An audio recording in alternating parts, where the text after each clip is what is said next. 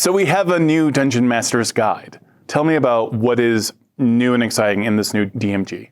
So this new DMG, the new Dungeon Master's Guide, is a chance for us to apply some of the feedback that we've gotten on the Dungeon Master's Guide that came out in 2014, and to do some things we didn't have the time for or the budget for last time. And one of the key philosophical things was remembering that this book ought to be, the Dungeon Master's best friend. It should feel like the book that the Dungeon Master considers to be indispensable when they're creating content for their games or when they're running their games. And so we went back and took a look at the 2014 book and said, okay, what parts of this book are delivering on that philosophy and what parts of this book aren't?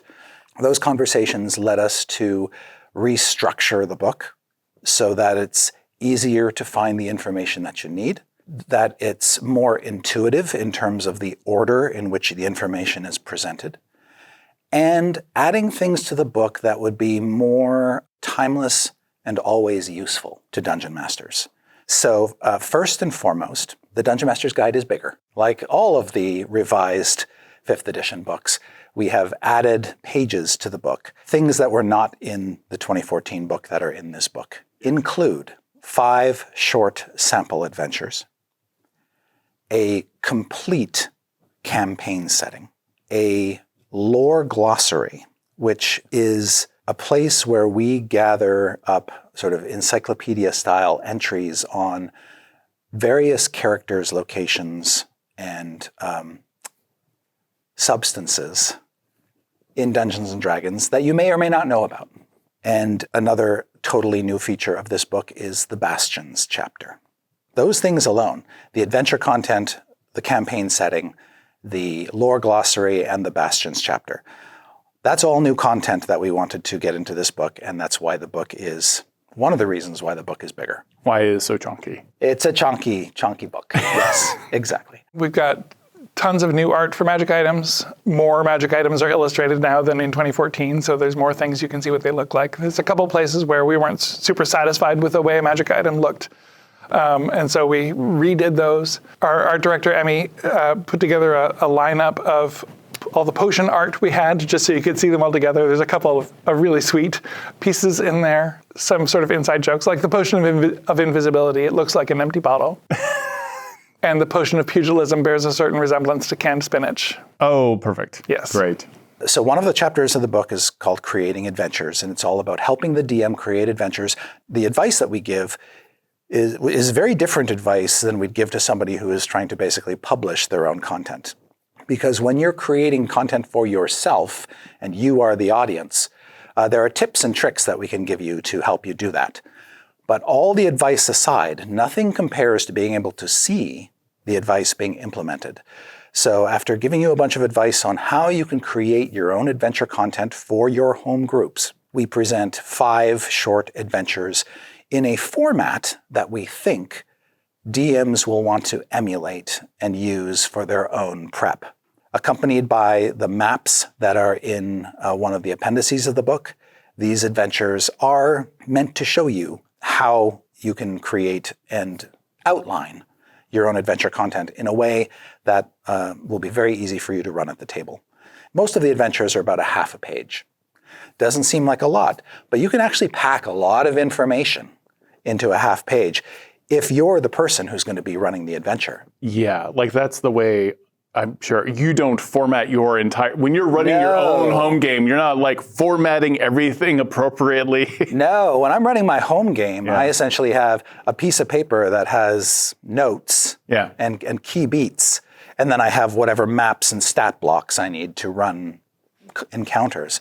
That's kind of the philosophy behind these adventures. Is they're skeletal in a way, but they have all the information that you need to feel confident that you'll be able to play with your friends. So we have a level 1 adventure, level 2 adventure, level 3, and then I think we have a couple gaps and then some higher level content in there as well. And I mentioned that these adventures are designed for use with maps. There is, in the 2014 DMG, we did have an appendix of maps. We've redone that appendix, created a bunch of wholly new maps that we think are more versatile and useful over and over and over again. And those adventures refer to some of those maps. And then there are additional maps in the appendix that we don't use in the adventures that you as a DM can just take and make your own. You've just handed everyone a toolbox for running an adventure in a few minutes. Correct. That's what I love about that. Yeah. Like, you have these adventure hooks for various levels that you could implement yourself, and then you have maps that are attached to those, but then you have other maps as well. This really feels like it's giving people the freedom to just jump into dungeon mastering so much faster than I've ever had published before in D&D. Exactly. Throughout the adventures chapter, there's all sorts of advice, tables, and other things that are designed to be used. We were very careful in making sure, and we had consultants join us on this journey to make sure that the content, the advice we're giving you for creating adventures, and the sample adventures were actually things that DMs will be like, yeah, this is how I want to do this, and this is not as hard as I thought it might be. And if you are an experienced dungeon master who has created a lot of adventure content for your home games, I'm sure you'll find some things in the chapter that are affirming and validating, in addition to some other useful stuff, like just sort of evergreen stuff that you can plunder, like the maps. Perfect. For each kind of stage of the planning process, we give you just tons of ideas. There's tables of adventure hooks that are broken out by the tier of play. So levels 1 to 4, 5 to 10, 11 to 16, 17 plus. You can see how the stakes escalate in those adventure hooks. I say adventure hooks, and really I mean the situations that are going on, because then there's a separate section on here's hooks that will draw characters into those situations. We tried to separate those concepts a little bit. The sample adventures just kind of show all of that in practice, and they range from a pretty straightforward, there's a corruption in the forest, go find the source and kill it, to there's a fairy ball and you have to persuade the Baron of the Ball to give you his blessing. The campaign setting. Yes. So in the 2014 Dungeon Master's Guide, there was a chapter on campaigns, maybe the first or second chapter of the book. It really just sort of threw you into the deep end. Yeah. In the 2024 DMG, we have some earlier chapters that are giving you information about what it means to be a dungeon master and sort of tricks of the trade and whatnot. We've moved the campaigns chapter to later in the book. It follows the Creating Adventures chapter. The reason for pushing it deeper into the book was we don't expect new DMs, particularly, to immediately jump into campaign creation. Yeah. Until they kind of understand what DMing is all about and how they find players and the things that they need to play and how they help their players build their characters and build a cohesive party, things like that. But when you are ready to build a campaign, this chapter does, I think, a very good job, a much better job of giving you advice that is really useful and showing you what a campaign looks like by giving you an example of one, which no previous Dungeon Master's Guide has ever tried to do. No previous Dungeon Master's Guide included a complete campaign setting. This is the first one to do so. Right. And we chose the campaign setting very carefully. This is D&D's 50th anniversary. These books are a celebration of that anniversary. And we thought the best campaign setting for this book is the Greyhawk setting. And for those who don't know, Greyhawk is the first official Dungeons & Dragons campaign setting. It is an old and very beloved place that has given rise to some of our greatest heroes, from Tasha to Mordenkainen, and enemies, from Igwilv to Ayuz. There's also something lovely about the first campaign that you hand someone in the Dungeon Master's Guide is the first campaign. Yes. And the thing that I loved about Greyhawk when I first discovered it back in whatever it was, 1980, I guess, is how customizable it is. The original Greyhawk Gazetteer was a very thin product.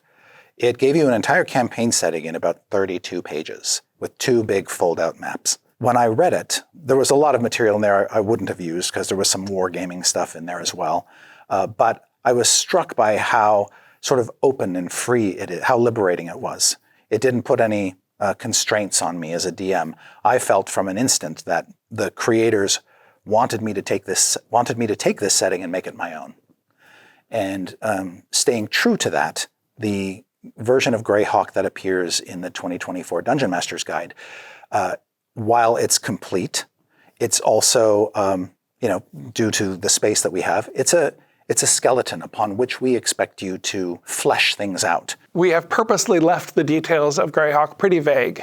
Our starting point for that whole section was the original World of Greyhawk folio, which was really just an alphabetical listing of all these countries. We pulled back from there to focus more on the city of Greyhawk and then talk in broad terms about the regions of the surrounding world and importantly, the themes and major conflicts that can drive adventures in the world. So the threat of Ayus in the north, the threat of evil dragons and Tiamat, or the threat of elemental evil, which is this constant recurring theme in the world of Greyhawk.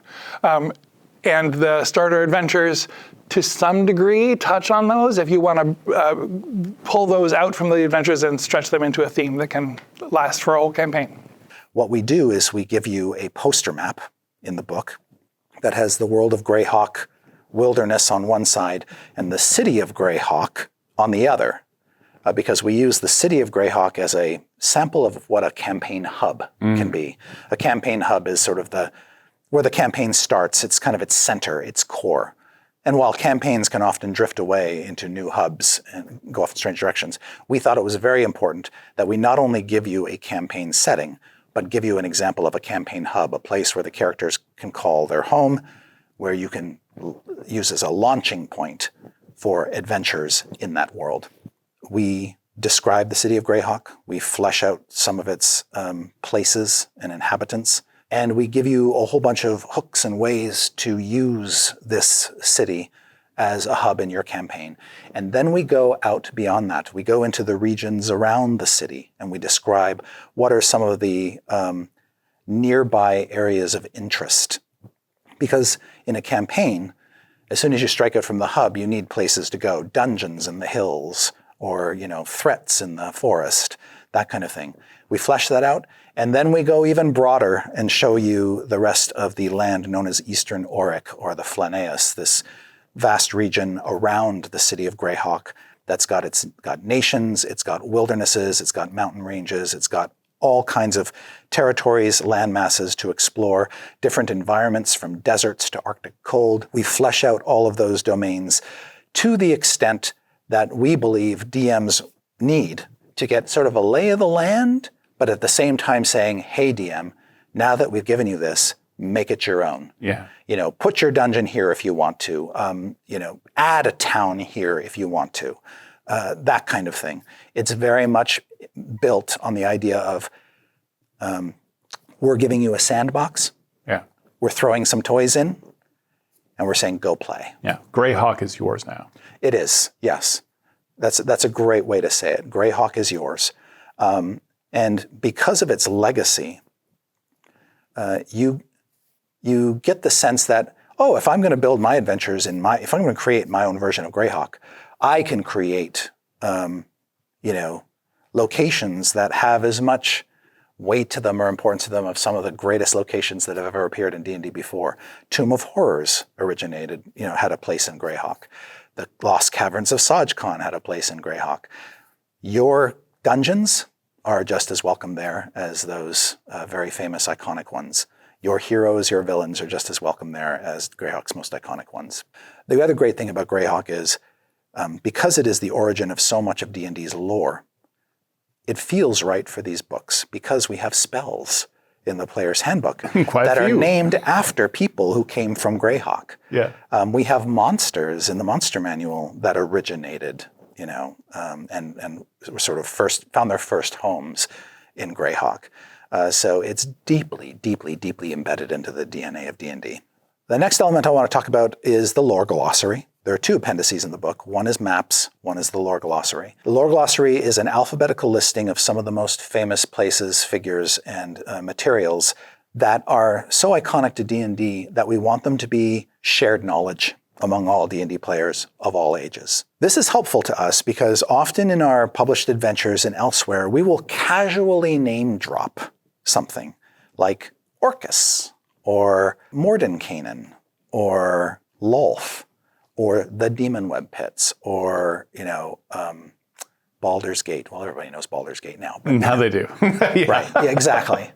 In the Dungeon Master's Guide 2024, we want to make sure that there are places in the book that tell you where these places are, what these places are, who these people are, et cetera, and so forth. What is mithril in D&D? What is adamantine in D&D? That kind of perfect. thing. The lore glossary captures a lot of that lore that many of us old-timers have embedded in our heads, but a lot of D&D players don't. Yeah. And so this is just an easy, quick reference guide for people who are looking for information about this mysterious thing they just stumbled upon. Sort of a who's who for D&D. It is very much like that, yes, absolutely, with some nice art pieces sprinkled in. That stuff appeals to me no matter how much I already know. I just like reading like a little bit of the lore of all those people. And a lot of the lore comes from every past edition as well. Well, we were very careful to seed in some things in the lore glossary that surfaced prominently in different editions, like the Raven Queen, for instance, was a big figure in 4th edition, and she gets an entry in the lore glossary. A Sararak, who goes all the way back to Tomb of Horrors, 1st edition, he gets an entry in the lore glossary. So the 4th wholly new thing in the Dungeon Master's Guide that I haven't talked about yet is the Bastions chapter. I am very, very excited for this. If you saw the Bastion rules that went out in Unearthed Arcana last year, you got a glimpse of what to expect. But only a glimpse. Just a glimpse. After getting feedback, we've made some refinements, some additions, had a bit of fun. And of course, you didn't get to see any of the art or any of the other glorious things that are going to make this chapter wondrous to behold. But it is an opt-in because not every campaign is built for Bastions. And it's really up to the DM whether or not to allow players to have them based on the game that you're running. It may be a great thing for players to get, and it may not work. Like a roving adventure that just spans a continent doesn't necessarily make sense to have a bastion. But Exactly, a bastion yes. is a great narrative hook Yes. for a group of adventurers who want to maintain a keep, a tower. Precisely, yes. If your campaign is structured in such a way that the characters can have a home base, then Bastions will work beautifully. And so Bastions is, while the word is new to our lexicon in D&D, it's built on a very old concept because even going all the way back to the earliest editions of D&D, there were rules for building strongholds. Yeah. Often you didn't get access to them, though, until you were much higher level. We have designed the Bastion system in the Dungeon Master's Guide so that characters can start building their bastions at level 5. Wow. Which is a nice sweet spot in adventuring. You've got some experience under your belt, you've got some cash, and you've got some fame to throw around. So at level 5, with your DM's consent, the characters can start building their bastions. And these continue to grow over the life of your adventuring career. But the magnificent thing about them is you basically run them as kind of like a separate little activity. It does not stop you from being an adventurer. Yeah. Your adventurer can go around saving the multiverse, run off to the Nine Hells or run off to the Feywild, do what you have to do. Once your bastion is up and running, it is kind of a self-sustaining unit. And it's the players who run the bastions. So every player is in charge of their own bastion and their own bastion's maintenance. And there are these this mechanism called the bastion turn, which activates whenever the DM basically says, okay, your bastions now take a bastion turn. You don't even have to be home for your bastion, for something to be happening in your bastion. What's fabulous about this is that not only does it give players a safe harbor, a home base, it gives them access to resources that they can't otherwise get necessarily as their characters. Your bastion can furnish you with things that you might not be able to get elsewhere. you can issue orders to your bastion, and those orders generate things. There's a craft order that you can issue to your bastion so your bastion can make things. There's a harvesting order. If your bastion has certain facilities that allow you to harvest things like poisons and herbs and other things, you can get access to stuff. Which is that fantasy. Like the fantasy, the first time I made a D&D character, I started thinking about like, well, what if I had a tower or inn that was running this whole time? And what if I did have some minions or whatever as exactly things progress? Because that's what you would daydream about. Right, so it's like a mini game for that. Yes, and you can recruit to your bastion. You can find creatures to inhabit your bastion. There's all kinds of fun mini activities built around this idea of issuing orders to the bastion while your characters are away, or while your characters are there. If you're there, great. You can actually make things in your bastion. Every dungeon is a bastion that went wrong. Right. And if you like your adventuring colleagues and you want to combine your bastions into one uber bastion, you can do that too.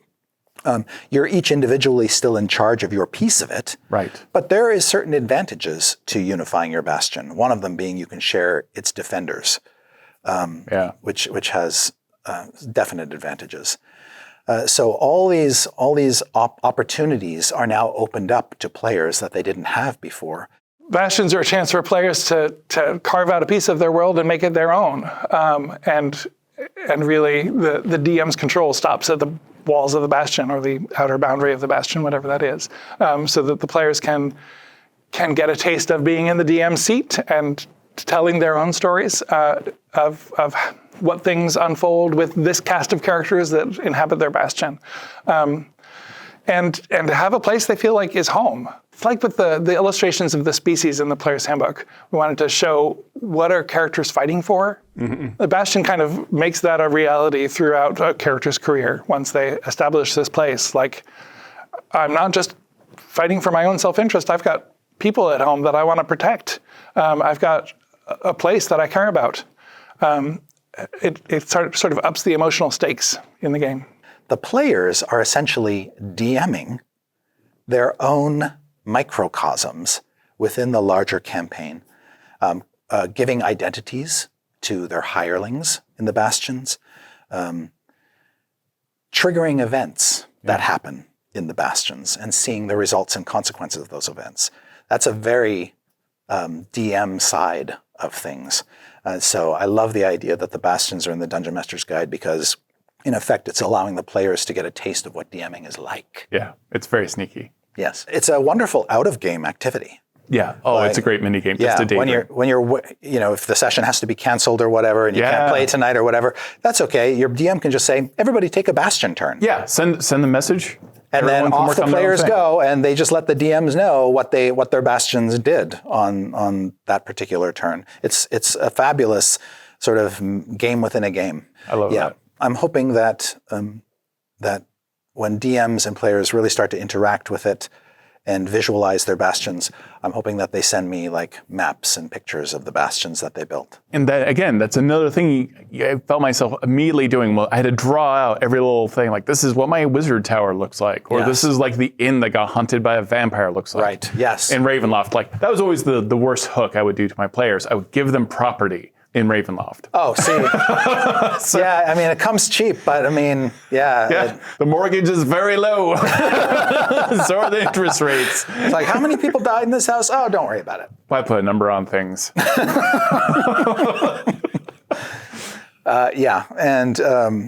And because we want the Bastion system to play nice with the rest of the Dungeon Master's Guide too, there are references to Bastion elements in other parts of the book.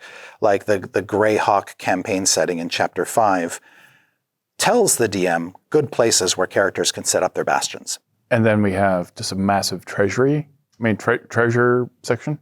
Yes, so as in 2014, the biggest chapter in the Dungeon Master's Guide is the treasure chapter. Loot? Yes. Magic items are typically the purview of the Dungeon Master, which is why magic items end up in the Dungeon Master's Guide, even though players access and play with them a lot. And so just like we're doing with the spells in the Player's Handbook, every magic item is you've got a little hairy eyeball We took a look at it. We made some refinements to it. We stuffed even more magic items into the chapter to address certain holes or gaps that we'd identified.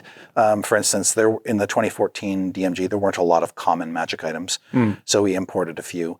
We also saw opportunity to squeeze in some, shall we say, nostalgic delights. In celebration of 50th anniversary, including things like magic items used by the kids in the D&D cartoon. Perfect. Hank's energy bow, or Diana's quarterstaff, Eric's shield, Bobby's club, Presto's hat of many Uni's horn. spells. No, not Uni's horn. Kelly got her. Uni gets to keep her horn at least for a bit. And one of the items was already in there, of course. Sheila's cloak of invisibility has been in the game a long time, but it felt long overdue to get the other items stuffed in there as well. We've sort of opened the door on some items as well. For instance, flame tongues are an example of a weapon that used to be very limited to the type of weapon you could apply it to. Yeah. We've now actually broadened that. So you could have a flame tongue great club if you want to. Yeah. Or a flame tongue halberd.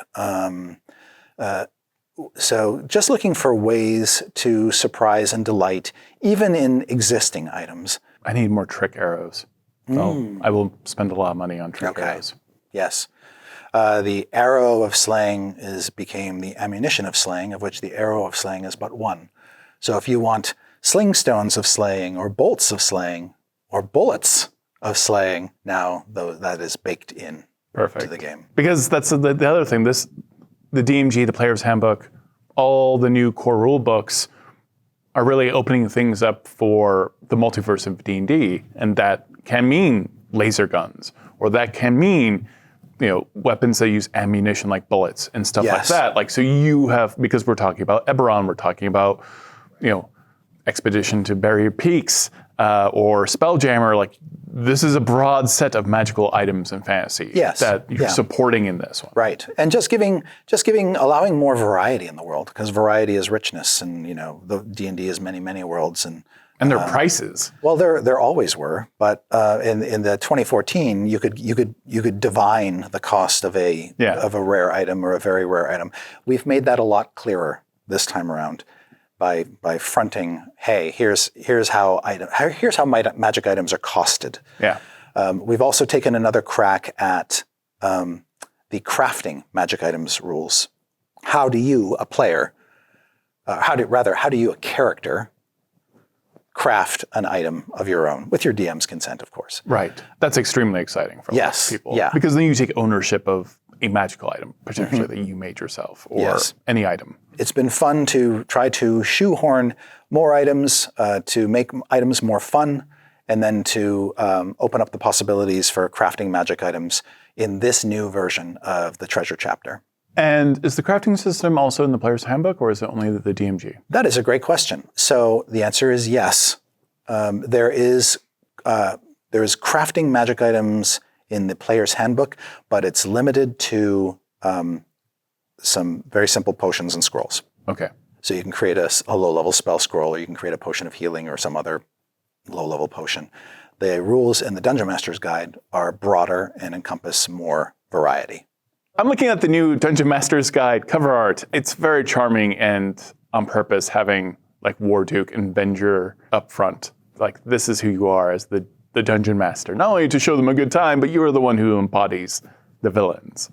Yes, that was very deliberate. Whereas with the Player's Handbook, we wanted to show sort of an iconic group of heroes and a gold dragon to celebrate the golden anniversary of D&D.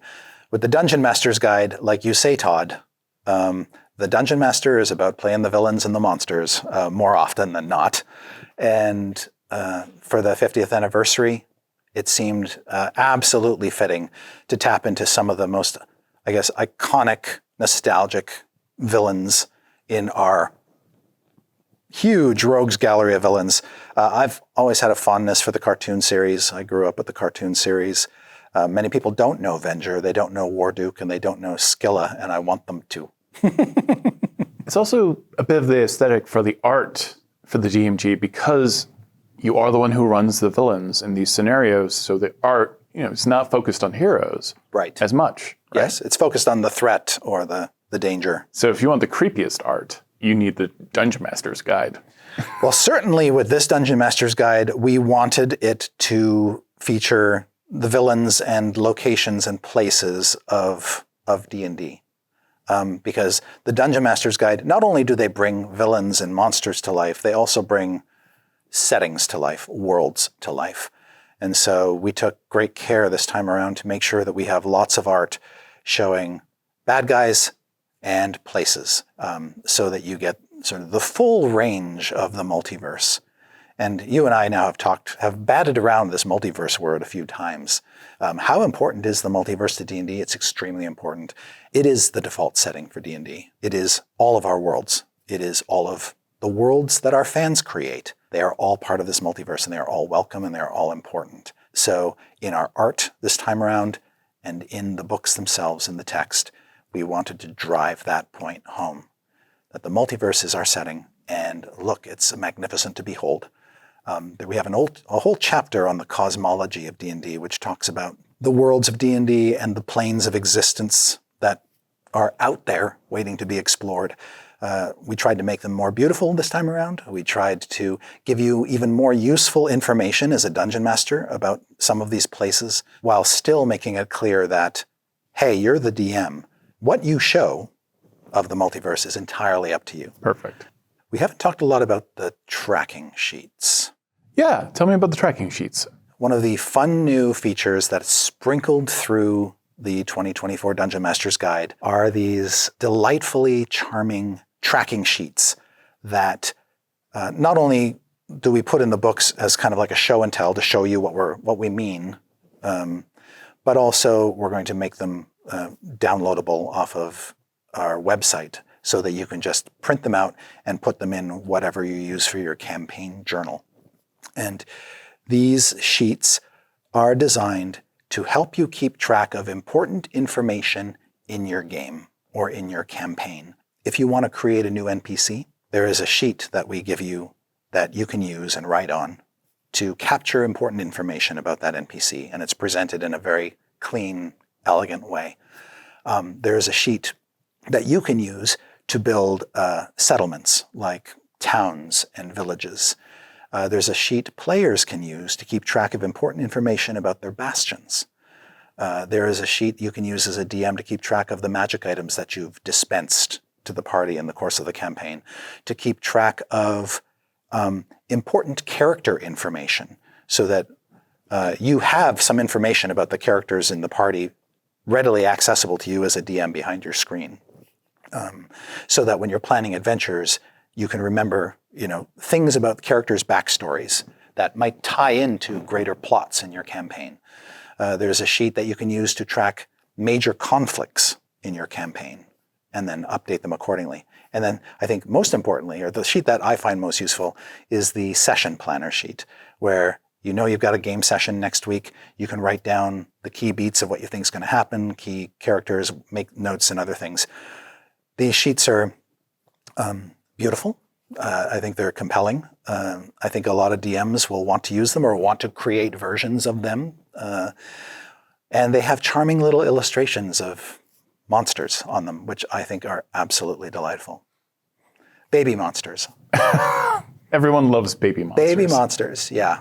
So they really are quite charming. And I think that in addition to things like the lore glossary and the poster map, I think that these tracking sheets will be one of the most endearing and always useful parts of the book. Now, I haven't talked about the first 3 chapters of the book, Todd. That's my fault. I am a terrible interviewer. Well, tell me about the first few chapters of the book. Chapters 1, 2, and 3 are super important. Okay. And we put them at the front of the book because they're super important. That's a good structure. Chapter 1 is called The Basics. Perfect. It is a short chapter, primarily aimed at DM curious folks who haven't DM'd or haven't DM'd much and are curious to really kind of dive in and sink their teeth into the DM role. Right. What do I need to play? How do I get my players together? What's the first steps, basically? What is this DM screen and what the heck do I do with it? Very, very basic. Let's set the table. Here's your first day as a dungeon master. Yeah, if you're even thinking about being a dungeon master, these are the things that you want to think about. And this is just some baseline information that will be super, super valuable to you. And then when we quickly segue out of there into chapter 2, which is called Running the Game. And it is literally that. It includes a sample walkthrough of play. There are similar things in the player's handbook, but this one is more aimed at the dungeon master. It has very basic but tried and true advice on creating a fantastic experience for your players and for customizing the experience for the players that you have, which I think is super key to being a successful dungeon master. It's not enough just to necessarily run a published adventure and hope that the players get everything you want out of it. You have to think about who's around the table and make sure that you're delivering an experience that everybody's going to enjoy. And so this chapter is focused on helping the DM actually run a fun game. And I think that even if you are a very experienced DM, there's going to be something in here that's going to make you go, oh, well, yeah, I should totally be doing that. How do you bring foreshadowing into play and make that part of your game? You may be an experienced dungeon master, but you haven't had a lot of experience with a certain aspect of the game, and this chapter will help you with that. How to look like a genius. Yeah. Yes. How to convince your players that it was your plan all along. Yeah. That kind of thing. I've often written articles about things like the invisible railroad. Is how do you keep an adventure moving toward a destination while not making the players feel like they're trapped on a railroad and have no power to alter what's going on around them. The Running the Game chapter is all about creating best play experiences, and so it's super valuable both to new and experienced DMs. In chapter 2, we started off with a section called Running Combat. Talks about rolling initiative and tracking position on the grid and that sort of thing. And we've always had a section called Running Combat. What we didn't have is a section called Running Interaction or a section called Running Exploration. Now we have both of those. They're not as extensive as Running Combat because it's the nature of the game that those things are more about the conversation between DM and players, really entirely in the case of interaction and more so in the case of exploration. But one of the things I added into that running exploration section is a different approach to overland travel or any kind of long journey that characters make that not only sort of streamlines the process of running a long journey, but also helps the DM plan for a journey so that it's not just a matter of, I'm going to roll an encounter for every day of travel, but rather you're thinking of the different stages of the journey, how they unfold as a narrative, and what are the obstacles that the characters have to overcome in each of these journey stages. So like that helps my narrative brain think about handling a long journey in the middle of an adventure or an adventure that is a long journey. It might be that one of these stages ends at a ruin that the characters are going to explore, or that's their destination at the end, that is the dungeon that is the centerpiece of the adventure. It's a relatively minor thing, but it really came together nicely, and I think DMs are going to find it a huge help for part of the game that is often overlooked or neglected or not really understood. When we get to chapter 3 is a weirdo. So after we dispense with the advice on how to run a great game, and before we get into conversations about creating your own adventures and creating your own campaigns, there's a bunch of topics that have to be covered that are very situational. Traps, how poisons work, siege engines, information about NPC building, a bunch of these miscellaneous topics that the 2014 DMG covered, but they were sort of scattered everywhere throughout these the are book. the building blocks. Yes, this is a good way to look at it. Building blocks. We call chapter 3 the DM toolbox because it's just this cyclopedia of miscellaneous parts, toys that can come up in play. And we organized it alphabetically by topic. So it is this alphabetically topical listing of different things You need more information about curses and how curses work. There's a section on curses. Hazards, green slime, yellow mold, brown mold, some new ones, fireball fungus. No. Yes. That's all in the hazards section. It's a very well organized grab bag of miscellaneous topics that come up in games all the time. And I adore that stuff. In the some of the Dungeon Master screens, there's a scale of damage. Like, what if you fell off a improvised mountain? damage, yes. Yeah, what if a meteorite fell? And here's the damage. That I found so helpful. Yes. Then making it myself, it also was a nice point of, like, here's a really fun hazard to present to the players. Yeah. Because too often you can think about thinking about weapon damage and spell damage, but what happens when an avalanche hits you? What then? So that sounds like that entire chapter is that. Yeah, and so that's the book all told. You've got it starts off with the fundamentals, then goes into the esoteric, and then it goes into the create your own stuff, and then it goes into the treasure and bastions, the goodies. This is an entirely new book. It is taking the wonderful bits of the 2014 Dungeon Master's Guide and resorting them and blending them in a way with new stuff that does, in fact, turn it into a new book. The 2014 Dungeon Master's Guide was kind of I use the word toolbox a lot. I love talking about that. That's what I love to do, is provide Dungeon Masters with a big box of tools and toys that they can take out and do stuff with. Right. The 2014 Dungeon Master's Guide was too much that. It was like just a big toolbox with not enough direction and guidance for how to use this stuff. Yeah. So the 2024 DMG starts from the very beginning, from the foundation of what it means to be the Dungeon Master's Guide. What are the roles that you take on at the table, and how do you wrangle your friends together to play this game, and what's the nature of your interaction with them, and really, we spend time in the Player's Handbook telling you how to play, and that this is fundamentally a narrative game where it's all in dialogue, and the DMG pulls the curtain back a little bit to show you what's going on inside the Dungeon Master's head while all that is happening. So we're teaching you really from the beginning, how do you do this amazing, awesome, terrifying task of running the game. This has to be very exciting for you. It is super exciting for me, partly because I felt that we didn't have as much time the last time around to really stick the landing on the Dungeon Master's Guide because we were a very small team doing a lot of work with very little resources.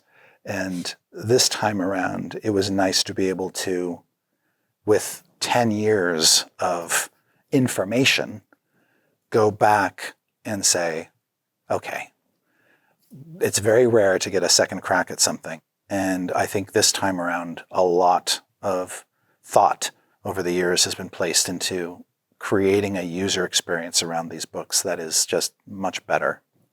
And I'm grateful for that time that we could do this, that we could take these books that a lot of, millions of people use and they love, and just make them a better experience.